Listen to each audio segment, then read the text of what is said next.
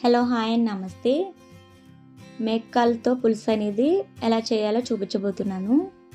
ఈ కర్రీని ఒక్కొక్కళ్ళు ఒక్కొక్క విధంగా చేస్తారు. నేను చేసే విధంగా కనుక చేసినట్లయితే మీరు ఈ కర్రీని ఫస్ట్ టైం చేసినా చాలా టేస్టీ అండ్ పర్ఫెక్ట్గా కుదురుతుంది. ముందుగా దానికి 4 మేకల్ని ఇలా చిన్న ముక్కలుగా కట్ చేయించుకొని దానిపైన ఉన్న బ్లాక్ కలర్ అంతా నీట్గా క్లీన్ చేసుకొని పసుపు ఉప్పు వేసి నీట్గా 4-5 సార్లు కడుక్కొని పక్కన ఉంచండి.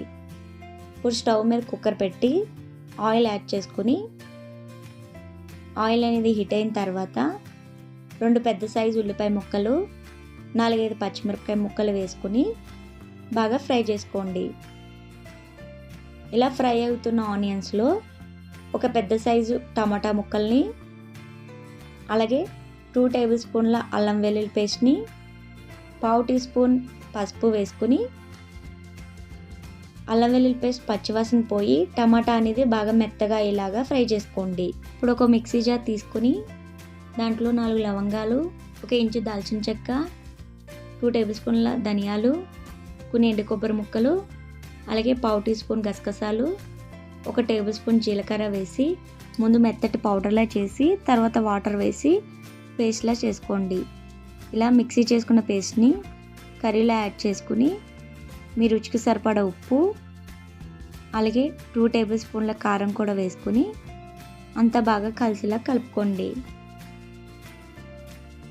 ముందుగా నీట్గా క్లీన్ చేసి పెట్టిన మేకలను కూడా ఈ కర్రీలో యాడ్ చేసి ఆ మసాలా అంతా కాళ్ళకి బాగా పట్టేలాగా ఒకసారి కలుపుకొని దీన్ని కనీసం 2-3 నిమిషాల పాటు బాగా ఫ్రై అవ్వనివ్వండి.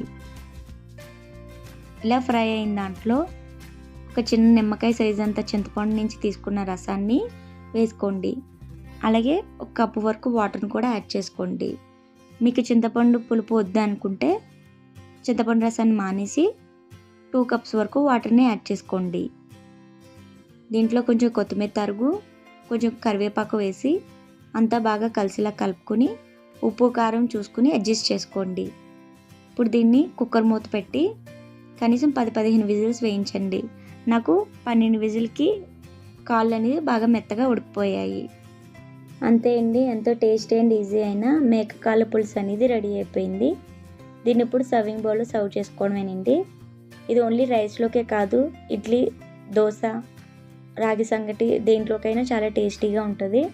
మీకు ఈ రెసిపీ కనుక నచ్చినట్లయితే తప్పక ట్రై చేయండి. ఎలా వచ్చిందో కామెంట్ చేయండి. నా ఛానల్ లైక్ చేయండి, షేర్ చేయండి, సబ్స్క్రైబ్ చేసుకోండి. Thank you for watching.